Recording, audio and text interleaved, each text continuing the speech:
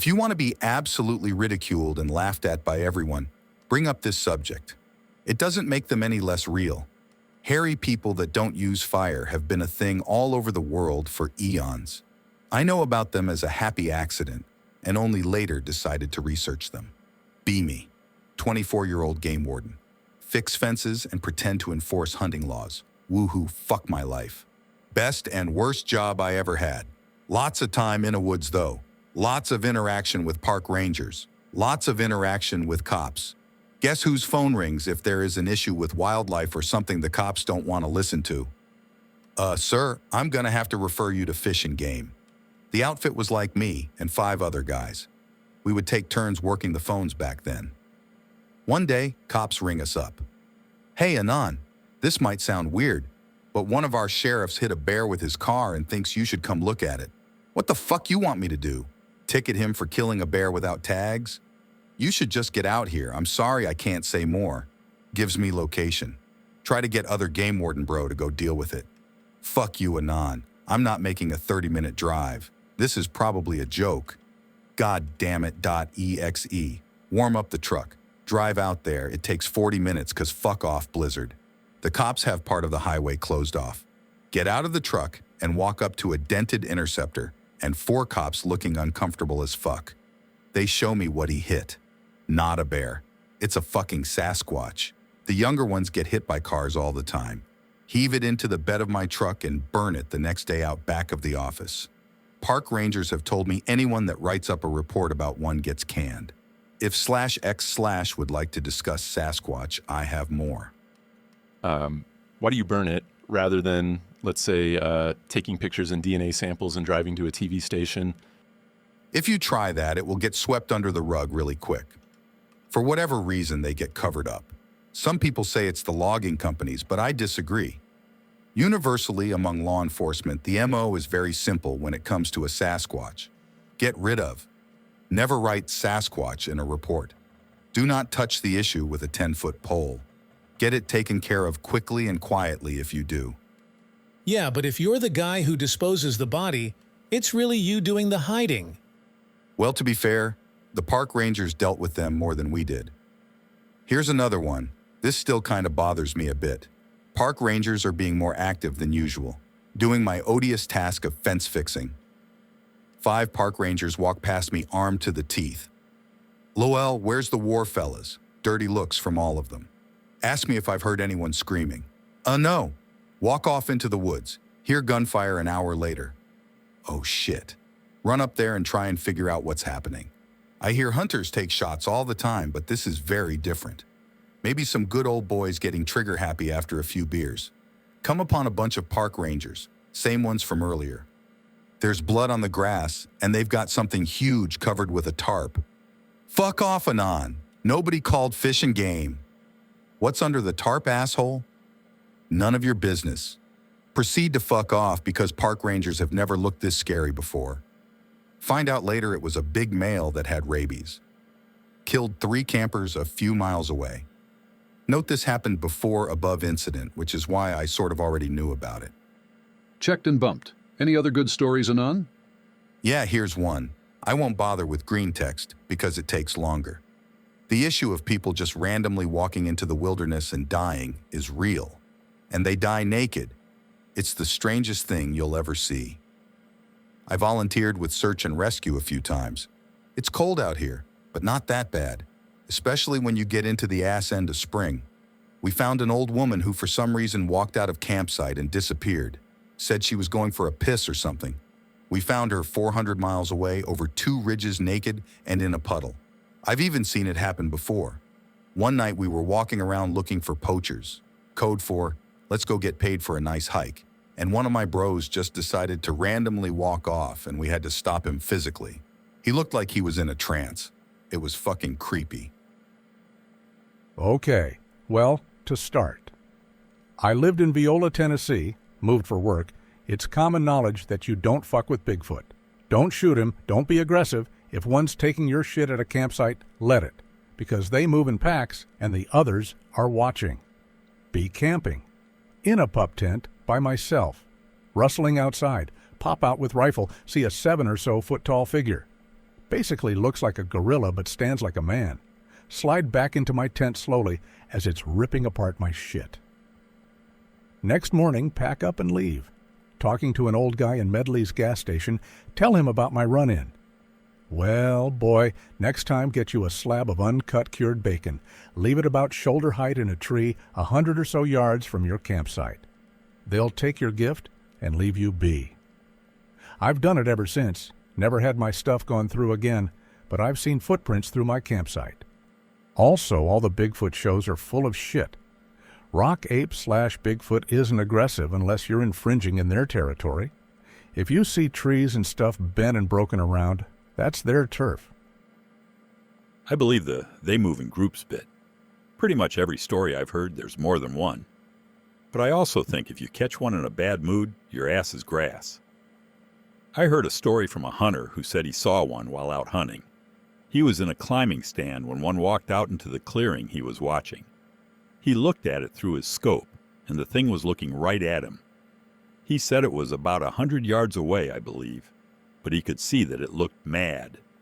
He immediately went down the tree and started fast walking to his truck, which was a ways away. Don't remember the distance, he said. The Sasquatch was following him, but keeping a certain distance. If he picked up speed, it picked up speed. He took off running, and it kept up pace. He heard it vocalizing and heard a response a few hundred yards away on his side. The Sasquatch following him started moving on the other side and getting closer. So he shot in the general direction of it and tried to run the opposite direction of the one following him. Well, that slowed it down, and it started making noise again, followed by a response on this guy's front. So now he's realized that they're kind of herding him away from the path he wants to be on, so he'll get lost. He changes his run to the direction of his truck, because he was going a bit parallel for a bit. Now the one behind him is catching up with him, but still staying out of sight. He shoots again. Nothing. It's still coming. Eventually, he reaches the dirt road where his truck is just a few dozen feet away. He jumped in his truck and gassed it out of there. And in his rear view, he saw one come out the woods right by where his driver's side door was. He thought it was going to try and ambush him and was a bit late. Here is some OC thought I would share, even if it's not that good. Be me, retarded, angry high school senior.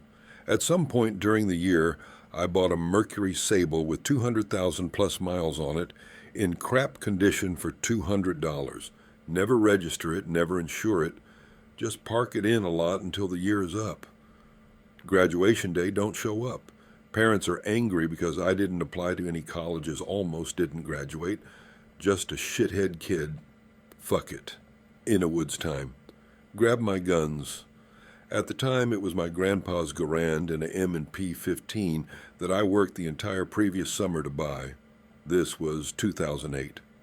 Load up on .223, beans, rye crisp peanut butter, and MREs. Drive across the country, end up somewhere north of Crandon in Wisconsin. Keep in mind the car at this point still had no registration, plates, or insurance. That was fucking terrifying. I set up camp on some lake. I just popped the trunk and set up a tarp between a tree, sleep in a bag in the back of the car. Have a great time for a few weeks just shooting things, swimming, building fires, fishing, hiking. Late afternoon, cooking beans and hot sauce on the fire. Everything in the woods goes quiet. The loons that were honking earlier shut the fuck up. I get a really uneasy feeling. Slowly, I start to hear a low hum. Sounds like a bee swarm, but pitch shifted down a few octaves. Freak the fuck out, grab my AR, and chamber around. The humming slowly gets louder and louder, but it doesn't sound like it is coming from anywhere specific. It's everywhere around me. Start visually sweeping the woods. Out of the corner of my eye, I spot a black blur moving really quickly between trees. As much as I turn, I can't seem to get a good view of the blur. It's just continuously in my peripheral vision. I'm freaking the fuck out now, and the hum is getting louder. Fuck it. Just squeeze off as many rounds as I can in the direction of the blur. The humming gets even louder. Now it sounds like it's screeching. My mag's empty, and the ground is littered with casings. I know that I need to get the fuck out of here, run to my car, throw my gun in and try to turn it over. Nothing, fuck. I disconnected the battery because I didn't want to drain it with the dome lights. Pull the hood latch and run to the front of the car. The humming and screeching has gotten louder now. It's almost unbearable. Throw open the hood and desperately try to reconnect the battery with one hand while holding the hood open with the other. The humming has gotten so loud now that I can't even hear my own thoughts. Suddenly, it's dark, like dark. Like 1 a.m. dark, the stars are out, the fire is coals, and the infernal humming is gone. But I'm still holding open the hood like an idiot. My arms aren't tired, and my heart is still beating out my chest like no time passed at all. I have never cleaned up camp and GTFO as fast as I did that day. I still go camping a lot, but never in northern Wisconsin. I avoid that place like the plague. Heck, if you want to go take a look, be my guest. Somewhere off the 55 in the Chequamegon National Forest, you will find some fucked shit. I'm not going back. Scariest experience of my own is, be me alone camping in woods, been there a few weeks. Sun is going down, I have approximately 1.5 hours or so, not quite 2 to 3 but over an hour.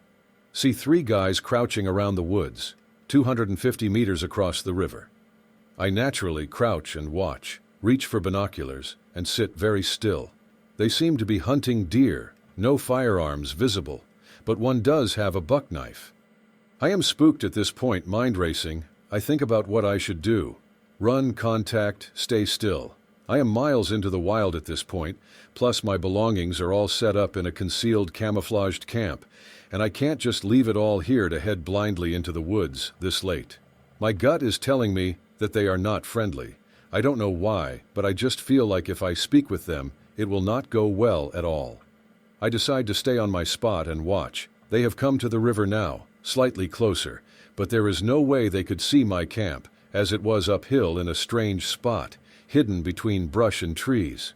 The land is shaped in such a way that you would have to be right on me to see me. It's getting dark now.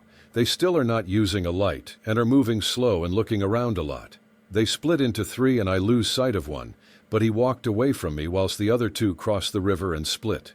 One is going the opposite direction, one is heading towards me, and one is heading down river.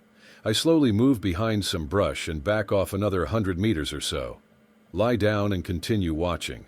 My stomach drops. I've found you, bitch.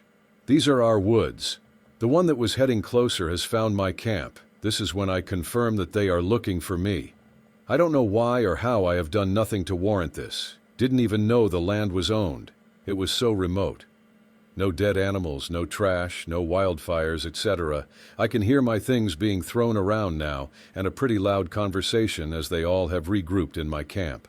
Can't understand them, but they seem to be angry, occasional screaming and such into the woods around them, saying things like, "We know you're here, boy, you're done." Another one sticks in my mind is, "I'm gonna have fun skinning you." I lie still in terror. About 30 minutes pass, but it could have been more or less. It's hard to tell at this point. It's getting really dark now, and I see them heading back downhill and still hear them shouting in the distance. I lay still in the woods for another 20 to 30 minutes, and thank God I did. Not sure how much longer I would have lay there, but I wasn't eager to move since I knew that they knew where my camp was, but I didn't know where they were. A fucking flashlight turns on at my camp. If you're out here, you should call yourself lucky from now on. Don't ever come back here, boy. Deal.jpg. I lay and watch the flashlight go into the distance. It's pitch black now, so I give it another 20 minutes in case it was some kind of double trap. Nothing but silence. After a while, I hear gunshots a few miles away, across the river where they headed earlier. At this point, I just slowly approached my camp, gathered my gear as best as I could in speed off. Much was lost forever into the woods, or possibly stolen, likely both. My tent is slashed apart, my sleeping bag sliced into bits with the insulation thrown around camp. My tarp has been pulled out of the tree and slashed up, cords cut. Gunshots again, but they are much closer this time. I grab what I can and haul ass uphill, spend the entire night moving north through the woods until I finally found a service road to follow. Followed it in the tree line just in case, and was freaking out the entire night. Never went back to those woods. This took place in the southern remote U.S. Still don't know what they wanted or how they found me or knew where I was. My guess is trail cams, or that they found my camp earlier and came back looking for it as a group to teach me a lesson, or worse.